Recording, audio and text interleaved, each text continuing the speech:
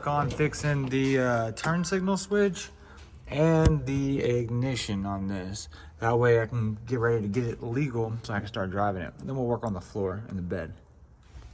Went to O'Reilly's, got some parts so we can get this truck up to par, or closer to up to par. I'm gonna start off with the fuel line, get that fuel line and brake line fixed in the back.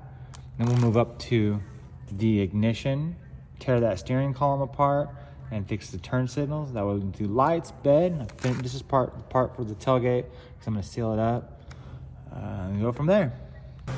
All right, got the compression fitting changed on the brake line, and I got some fuel line double hose clamps to replace that busted fuel line. Eventually, I'm gonna replace all the fuel from the fuel pump all the way to the carburetor, or maybe whatever else I decide to do up there, but it'll all be replaced one day. For now, I'm just patching everything together so I can start driving this truck. Now I'm gonna go ahead and seal this mating surface between the tailgate and the tail panel. That way, when I get this all weatherproofed and waterproofed, you know, there'll be no water coming into the cab or the bed of the truck. So that's next. Okay, I got that all sealed up and ready for the next step. Time to move on to the steering column. Pop the cap off. I think these 3 Torx, the big nut, bust the steering wheel off, and we'll go from there. Got all that off, got the nut all the way off, but I put it back on just a thread or two so I can bust the steering wheel loose without busting myself in the teeth. Now we need to get this clock spring out, and the way that works, you normally get a steering wheel remover set, or like the little fork tool that goes on here. Tighten this nut down, and it presses down far enough for you to get the little clip out. I'm not spending $72 on that set, so what we're gonna do is, I'll show you. We're gonna take a wrench, map gas, and some channel locks, and make us a tool. I don't know really what to call it, but a tool. So here we go. Got our wrench in the vise, heat it up with the map gas, and bend it over. That's the plan. About like that. And then we'll cut it, you know, however long, and then do that 2 times, or stack them, something like that. I don't know, I'm gonna play around and see what this gets me. I'll cut it about that far. I'm gonna go see how that works. So I'm gonna do 2 at slightly different lengths, that way they can stack on top of each other, and then weld them together, and I'll show you what the end result is. So the end result is this guy that, don't judge my welds there. But yeah, put this, I'll show you how this works right now, hold on. Put it over this, put your nut on there, and tighten it down, it presses down. I'll show you that here in a second. So there it is in action with the nut on there. Now in theory, you tighten this nut down a little bit, it presses this down just long enough, just far enough to get that little clip or whatever it is in there, I forgot. I think it's a little clip inside there so that this clock spring will come out. So yeah, there it goes. You had to push this in far enough with the tool we made just to get this little guy off to get inside there. So I can replace this guy and the ignition. Well, I got the ignition. There's something wrong with it inside here. I gotta figure that out. So we are getting there. So from beginning to where we are, everything in order. Cap, followed by these 3 guys, followed by the nut, followed by the steering wheel, followed by pressing this guy in and getting this little spring out, and then this is behind that. And in here, you've got this yellow spring, just like that. And then also this this little turn signal switch assembly is in there. I'm about to figure out how to get that out. Then you took this off, followed by the 3 screws that were inside of this guy, and then pulled that out. Now I'm trying to get back in there further, because I think this has a connector deeper in there that needs to come out. Just trying to find it.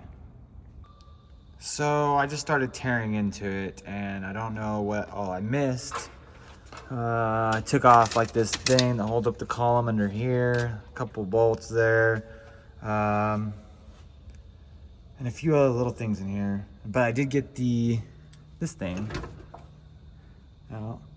I hope that that's the part that's not working. It's not like clicking like it's supposed to, you know what I mean? So I think that's it, that switch, and it looks all gross and burnt up, and so I assume that that's it, but we're gonna find out. I just gotta hope I remember how to put all this crap back together. Oh, I also took off some of the bezel, like the covers right here, because I'm gonna replace this dash board, so just went ahead and got a head start on that. Man, the further I get into this build, the further I'm like, oh my goodness, what did I get myself into? Also, I did try out the new ignition and key, and it worked flawlessly. The only thing is, I don't understand, because I can just pop this right in. I think it's missing a ring or something, because like I can just pull it right back out, and that's not exactly like theft proof, you know? Or maybe just these vehicles weren't very theft proof back then, which I know that's the case, but I mean, I still feel like there was a step in between that. Like, they shouldn't just be able to pull this right out, you know what I mean? So I think I'm missing the ring or something. For now, off to the parts store to get more parts. All right, it's a new day, but I did get some parts. Got the turn signal switch that goes inside the steering column, and I got a switch coming.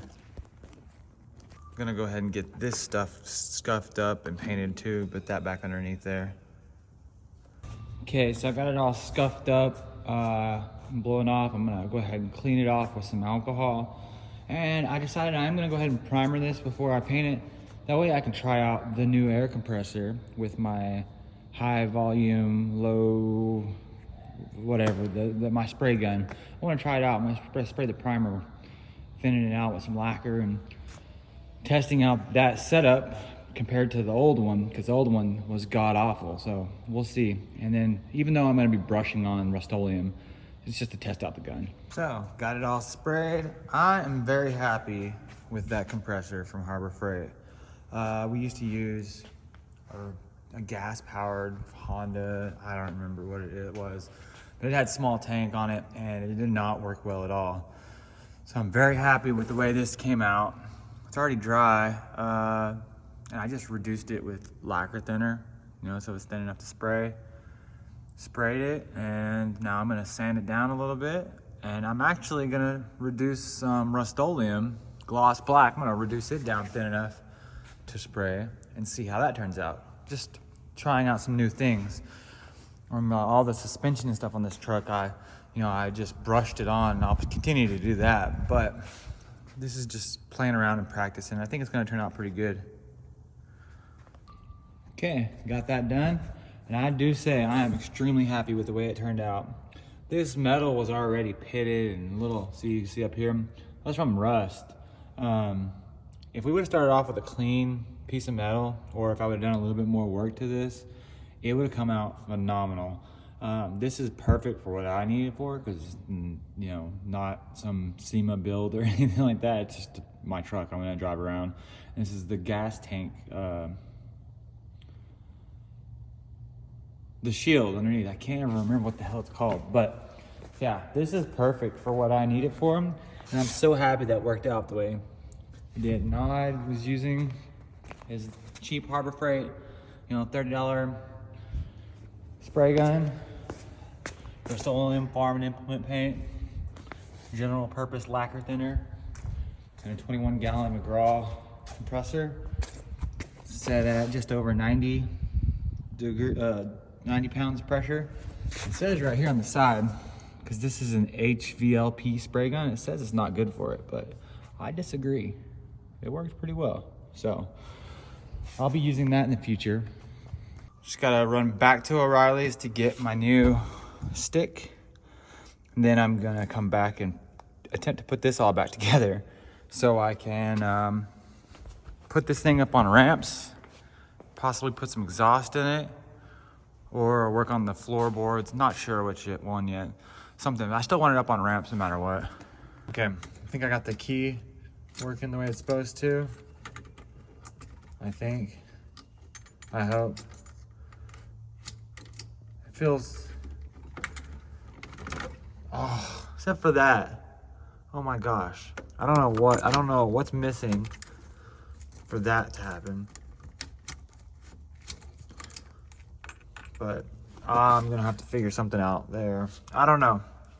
For some reason the damn cylinder keeps coming out. I don't know. I feel like maybe this had been broken into before. I don't know what I'm gonna do, but we'll figure something out. Maybe I'll just put a secondary kill switch on here. We'll see.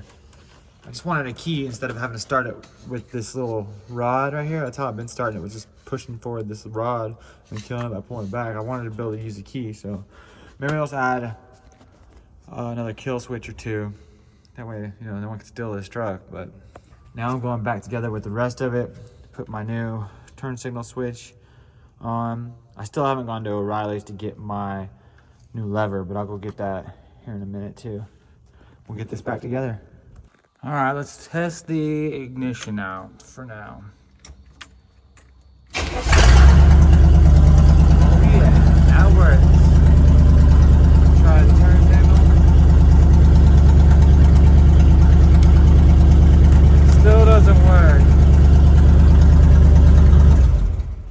I'm sure it's got something to do with the wiring nightmare of this damn truck. I'll have to figure that out later. For now, I'm gonna go and get the steering wheel put back on. Got it all back together. I took it for a test drive, but I decided I'm gonna go ahead and get a whole new steering column because there's a few reasons. Something's still not right here. And you know, it's all beat up over here, and I think that might be also the lock cylinder not coming out. It might have something to do with that. I don't know. I'm gonna get a whole new steering column, I think, for this, and go from there. I'm gonna go ahead and get started on working on this back area. That way I can finish my bed. I've got the floor pan over there laying on the ground.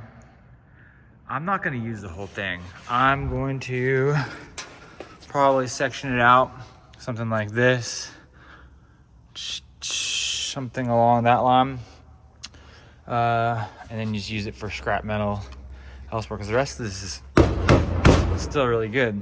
I just need to get this part all taken care of, and then I can finish my bed. So on to that. I'm gonna try out the plasma cutter with the new Harbor Freight air compressor, because I bet it works way better now. So I got the pieces that I got most of the pieces that are rusted out that I'm gonna be replacing cut out over here. And I'm gonna start cutting out the pieces that I'm gonna replace it with, place them back in there. I'm gonna do it a little differently than the way I think I'm supposed to do it, but I'm doing it in a way that I think that will work great for what I'm doing. So follow along and let's see if this works. I've got an idea and I'll show you what it is. So here's what I'm doing, and like I said before, I know it's not right, but this is the way I'm doing it. The only thing I care about is that there's a floor in here. All this is be covered up, and it's not a show truck, it's just my truck. I cut out this piece that had matching contours, you know, part of the floor pan that I bought for this truck, but it didn't work. I cut it out to fit this spot. I bent this up, grinded all this down. I'm gonna weld it to there, beat this corner down so it makes it flush, and then keep going. This part of the floor will be done. Yeah, so I just need to finish grinding this off, this paint off, so I can grind all along here. And this will all be covered up with rhino liner or carpet or both, or boom mat, probably all of those things. So from this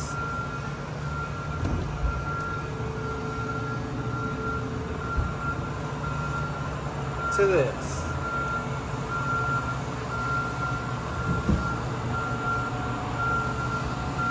And I know it's not pretty right now, but it will be prettier